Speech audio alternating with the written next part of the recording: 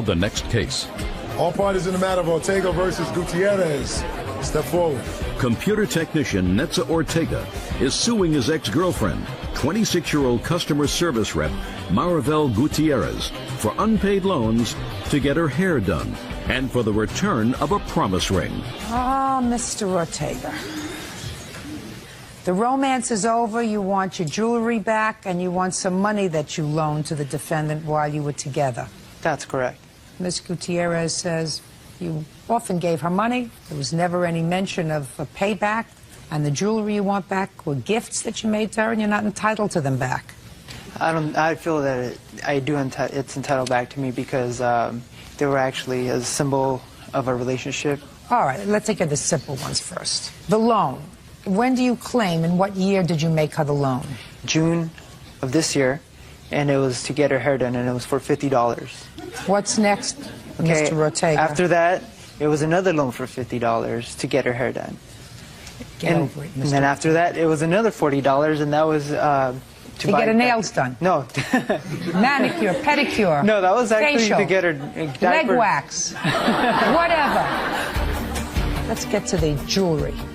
Okay, the jewelry was given to her in April. Did she go shopping with you for the jewelry? No. You went by yourself? I went by myself. And you went to a store and you picked out what kind of jewelry? A promise ring. It was a butterfly made of diamonds. And what else? And then a month later, after I paid off the ring, I got her a matching pendant that went with it. How much did you pay for all this? About $325 total. $325. Yes. So we're not exactly talking the Hope Diamond here. No. Is that right? Mr. Ortega, Yes. is this your first girlfriend? No, it's not. How many girlfriends have you had? I've had about 4. Did you buy them gifts? I bought them gifts. And then you broke up with them? Yes. Did they give you back the gifts? No, because I didn't ask them for those because they weren't actual agreements. The promise ring was an agreement that we would stay in a monogamous relationship. And now that it's over, I deserve that. I should get it back. Wait, 1 second. Miss Judy? Just 1 second. When you gave her the ring, what did you say to her? I said, this is a promise that we would stay in this relationship. You made her a promise? Yes. That's nice.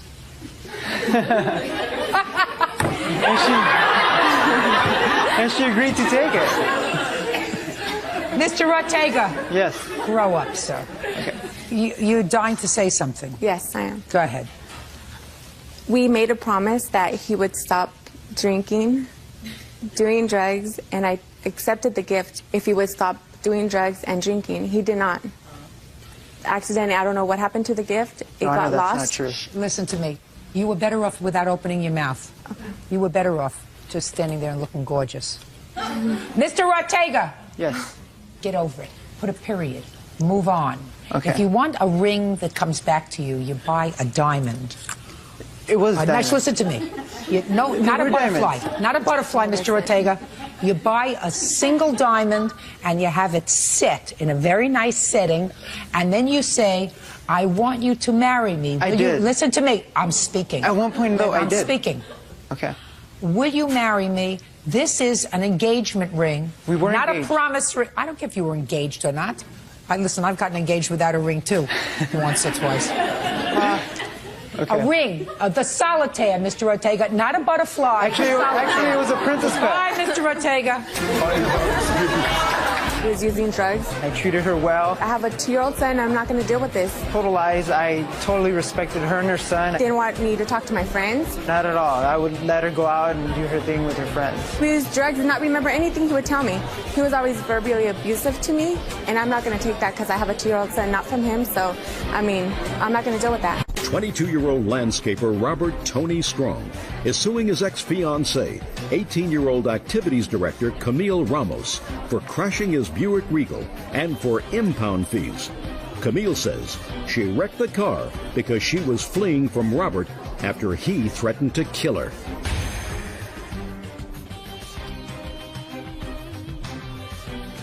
Yeah, this is case number 293 on the calendar, the matter of Strong versus Ramos. You're welcome, Judge. Parties have been sworn in, Your Honor. You may be seated. Ladies, have a seat, please. Mr. Strong, how long did you and Miss Ramos live together? For approximately almost 2 months. And how long did you date prior to living together? I'd say about 9 months. It is your claim that after an argument, that Ms. Ramos got into your car, drove it erratically, drove into a fence, and wrecked your car. Correct. You want her to pay for the damage. Ms. Ramos says that she got into your car because she was escaping an assault by you. And yes, she did go into a fence, but it was because she was fleeing the apartment because you were assaulting her. When did this happen? August 19th, 2004. Tell me about it, Mr. Strong. Your Honor, that day I came home from work. We had gotten to a verbal argument. About what? About money. What about money? Basically, we didn't have no money. So what were to you live. arguing with each other about? Why don't you go get a job? I had a job, Your And Honor. she? She was not working at the time. So were you arguing with her because she didn't have a job? She was arguing with me because I was not making enough money, not supporting us enough. Then we kept arguing. I told her I was going to leave the apartment, went to go get my clothes from my bedroom. You mean you were leaving her? No, I was leaving the apartment for the night, Oh, just for the evening. just for the evening, Okay. so everything could calm down. Went to go grab my clothes. As soon as I did that, she darted out the door, jumped in the car, and wrecked it, Your Honor. Okay, can I see pictures of the car, please? Yes, ma'am. Here's all the evidence right here. Just pictures. There's also Now, after pictures in she- there of her damage, Your Honor. Now, after she darted out of the apartment into the car, what did you do? I seen her getting into the car from our bedroom. I ran downstairs. By that time, she was already in the car, leaving the apartment recklessly, driving. I ran after her to tell her to stop. As soon as I started to run, she wrecked. I ran over there to see if she was all right. About that time, she ran out the passenger door, ran into the other side of the apartment complex. About that time, I got arrested. Got arrested for what? I got arrested, they said, for domestic violence. All right, Ms. Ramos, let me hear your version of the events. August 19th, 2004, you were at the apartment at 5 o'clock in the afternoon. Yes, ma'am. I actually arrived at 5 o'clock in the afternoon because the evening before I had to go to an appointment. Well, I spent the night at my mom's house, and that night What kind of an appointment? I actually had to go apply for general assistance because we weren't bringing in enough money and he wasn't allowing me to work. I had to What do you mean, sneak. just a second, what do you mean he wasn't allowing you to work? He wasn't allowing me to work. I don't understand. He- Put your hand down. I don't understand that. He wouldn't allow me to go look for a job throughout the day. I would sneak to go look for a job. When And was the last time you were employed? last time when I was employed, I was 16 years old. And that was at How Burger old are you King. now? I'm 18 now. And I am employed now. Mr. Strong? That is incorrect, Your Honor. Okay. I encouraged her numerous times to get a job. Well, tell to me help about out. Tell me about it, Mr. Strong. I even to the point where I told her I would leave the car keys and everything. Even to the point where I told her my mother would take her to go look for a job, Your Honor, while I'm at work. What was the argument about on the 19th of August, Ms. Ramos? By that point, I was just so fed up with barely making ends meet that we had to, penny pinch. We had hardly no food in the fridge. So I said, you know what, I'm going to apply for general assistance. Well, I didn't tell him that. I told my mom that. I went to spend the night at my mom's house that evening, and I didn't ask him or anything. I just packed my stuff up. By the time he got home from work, he said, where are you going? I said, I'm going to my mom's house to spend the night. I have an appointment in the morning. Well, that evening when I was at my mom's house, he called me numerous times. His mom called me numerous times saying that Tony is here. I'm sorry, Robert. They call him Tony. Tony is here at the house. He, I don't know what's going on. He's pacing back and forth. I have no idea what's going on. I told her, well, I'm here at my mom's house. I had to leave for the evening because I have an appointment in the morning. Well, following evening, I went back home. The house was a mess. He wasn't home from work yet. The house was a mess. And finally, he walked in about 5:30, 5:15, and I was in the kitchen trying to clean stuff up. And he said, hi, babe. I didn't say anything to him. And he said, well, what's wrong? Why are you mad? I said, look at the house. Ask me why I'm mad. Look at what you did to the house. He said, well, oh, well. He said, you left me like a dog the night before, so I messed up the house.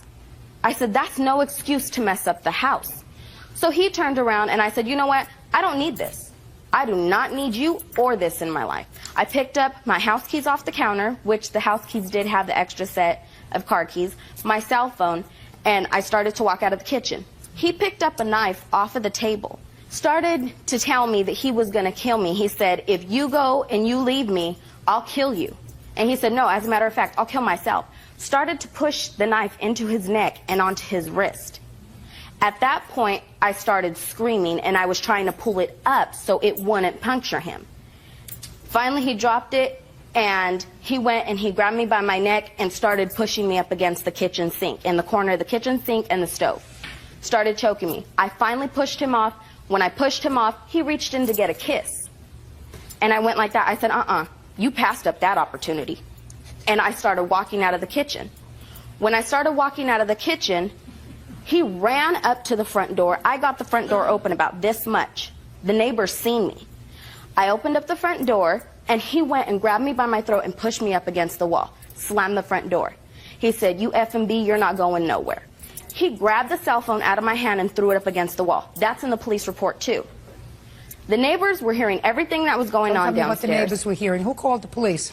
The neighbors. You didn't call the police? I did not call the police until I finally ran out of the house, but that was minutes later. Where did you call the police from? At the neighbor's house, but that was after I wrecked the car. Judge Judy continues in a moment. Robert Tony Strong says ex-fiancé Camille Ramos wrecked his Buick Regal. Camille says she was fleeing from Robert after he threatened to kill her. Can I see the police report, please? Yes, ma'am. There are statements from witnesses that seen him hitting me. Sorry. It's a chunky one. Yes, sir. Your Honor, I never once hit her. Never.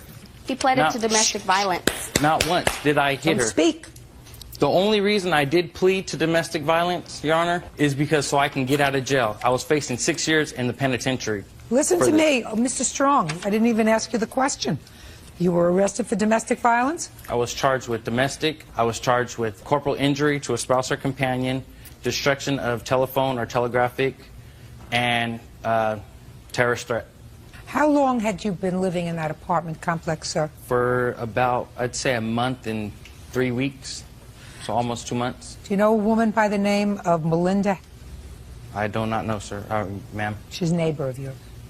Police interviewed her. Okay. This neighbor says she saw you push the defendant into a corner and you had your hands around her throat. That's not true, Your Honor. Okay. I never once pushed her or grabbed her. Your Honor, I have pictures of my injuries. The police observed that the apartment was in a total state of disarray, sir. There was overturned furniture in the living room. There were broken parts of a cell phone in the closet in the bedroom. The bathroom door was taken off the hinges. Closet rod, which one uses for hanging clothes in the closet, was on the floor in the bedroom. How'd that happen? That happened when I went to go grab my clothes, Your Honor. I was in my closet, and I went to go like this, bear hug all my clothes. When I did that, she pushed me into the closet. You left that out. I fell down, and that's how that curtain thing broke. You left out the fact that she pushed you in the closet, Mr. Strong. How did the furniture get overturned in the living room? I don't know about that one, Your Honor. When I came home... How did the cell phone get broken in a lot of pieces, sir? How did that happen? I don't know, Your Honor. You don't know? No. You do know that you pled guilty to domestic violence? Yes, I do know that. Now, when you pled guilty to domestic violence, the judge asked you to make a statement as to exactly what you were pleading guilty to. What did you tell the judge you did on the 19th of August? I just told the judge basically I defended myself. She came after me with a knife. I pushed her away, and after that, I went to go get my clothes out of my closet. She pushed me into the closet. She left, and that's when she jumped in the car, wrecked it, and I ran after her. Mr. Strong, there are all different kinds of judges in this country, some brighter than others. None of them would have accepted the plea that you just outlined to me as a plea. I'm speaking! As a plea of guilty to domestic violence. Because what you said to me was that you pled guilty, although she was guilty of domestic violence. You must think that the whole world is stupid, including me. Your Honor, that's... Yeah, listen to me, sir. That never happened. That did happen. Never that happened. Did happen. Mr. Strong, never happened in this country, sir. Okay. That's Never. What, That- excuse me, Your Honor. that's That what is did what he happen. told the judge. I want to tell you something. You're his mother? Yes. Uh-huh. Listen to me. I was Listen to me. in the court when he told the judge, and he's leaving out the fact that he had a cut from her cutting him with the Listen knife. to me very, very And that there are carefully. photos I'm and speaking. bruises My from mouth her. is moving. No jurist in this country would accept a plea as outlined by your son, because what he told me was she came at him with a knife. In response to that, he went to the closet to get his clothes and left. That's what you told me. Correct. Right? The police support her version of the events because they say that the apartment was a disaster, which is what she says in her statement. Not that you were just waiting for her to come home and you had a discussion about money that escalated into an argument. You never put your hands on her. In addition to that, your statement and your plea to domestic violence totally fall without what I consider any kind of reason or common sense, which leads me to believe that she was escaping from your assault. She was escaping from your assaultive behavior. Put your hand down. And as such, sir, if she was escaping and if she totaled your car because she was trying to get away from you, deal with it. Your case is dismissed. That's all. Thank you, Your Honor. All these are excuses. You may step out. She was planning to leave me and didn't know how to tell me, so that's how she did it. I wasn't planning on leaving him. I was planning on bettering myself She had another boyfriend on the side. when a lot of people weren't there for me.